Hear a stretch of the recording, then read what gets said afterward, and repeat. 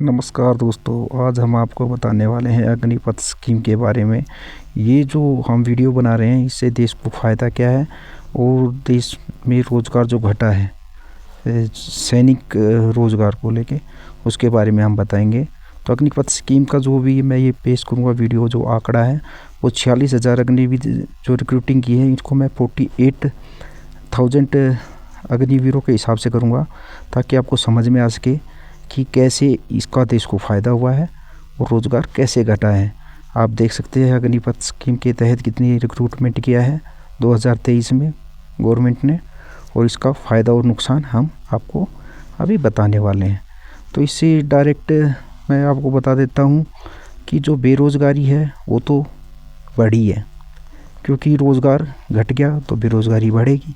और जो सैनिक जॉब को लेके, नौकरी को लेके जो हमारे नवयुवकों में जो उत्साह होता है उसमें थोड़ी सी कमी आई है, गिरावट आई है। लेकिन नवयुवकों का जो अपना सोचने का नज़रिया है उसको लेके हमें प्राउड है कि वो आज भी इसको लेके काफ़ी संवेदनशील है और आ रहे हैं सेना में। तो देखिए, अग्निपथ स्कीम से देश को फ़ायदा और लेकिन रोज़गार घटा कैसे। तो एक छुट्टी का कारण मान लो, एक छोटा सा एग्जांपल लेते हैं। मान लो 100 स्थायी सैनिक भर्ती होते हैं, उनमें से सेना में उपस्थित तो 75% रहेंगे, क्योंकि 25% छुट्टी पे रहते हैं। तो 900 जवान ही उपस्थित रहेंगे, बाकी 300 तो छुट्टी पे रहेंगे। तो क्या इसको मैं 1200 के हिसाब से इसलिए रहा हूँ ताकि आपको आसानी से समझ में आ सके, इसलिए किया जा रहा है। तो 1200 सैनिक के हिसाब से करेंगे तो आपको ईजीली समझ में आएगा, जो आपके लिए बहुत ही फ़ायदेमंद होगा। और अग्निवीर उपस्थित रहेंगे कितने, 1100। एज ए कंपेरिजन टू स्थायी सैनिक और अग्निवीर में देखा जाए तो 200 जो जवान है वो ज़्यादा उपस्थित रहेंगे सेना में। इस आंकड़े को आप आगे आगे जैसे ऐड करते जाओगे तो समझ में आएगा।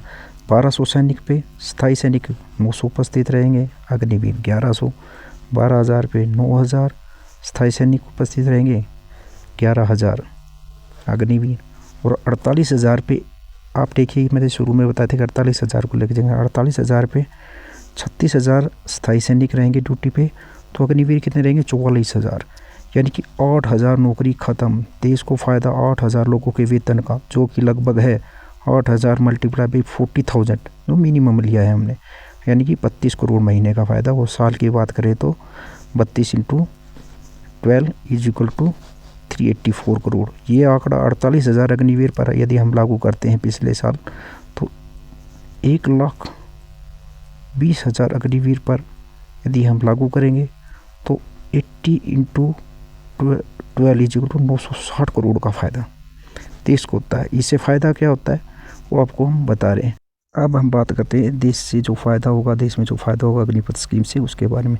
अग्निपथ स्कीम जो वित्तीय फ़ायदा होगा, उस फंड से अत्याधुनिक हथियार को सेना में शामिल किया जा सकेगा। नंबर 1 फ़ायदा हो गया।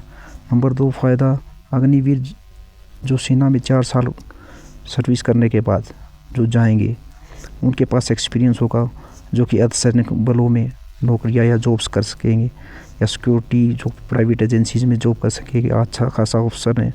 और नंबर 3, यदि देश में कोई आपातकालीन लड़ाई लगती है, जैसे रूस और यूक्रेन में सैनिकों की कमी आ जाती है, तो उस समय हमारे ये सैनिक है देश की इस कमी को पूरा करेंगे, और कुछ सालों बाद हमारे पास लाखों की संख्या में अस्थायी सैनिक होंगे।